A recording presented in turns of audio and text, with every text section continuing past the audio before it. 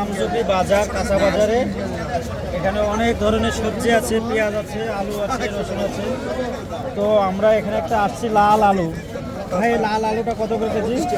25 টাকা কেজি না? আর এই রসুন রসুন কত করে কেজি? 80 আবার এদিকে আবার এই যে মেটে আলু আছে, হ্যাঁ, যা সাধারণত দেখা যায় না। এগুলো খেতে খুব সুস্বাদু, স্বল্প মূল্যে পাওয়া যায়, 60 থেকে 80 টাকা কেজি। এটা কি এটা? শীতকালীন যত ধরনের সবজি আছে, মটরশুঁটি, ফুলকপি, বাঁধাকপি, শালগম, টমেটো, কাঁচা টমেটো, পাকা টমেটো, তারপর ওদিকে মাছ বাজার, মানে যত ধরনের শাকসবজি আছে ব্রুকলিও আছে, মানে এটা হচ্ছে গ্রামীণ, মানে ক্ষেত থেকে র ম্যাটেরিয়াল, তাই না? পুরো হাইজেনিক,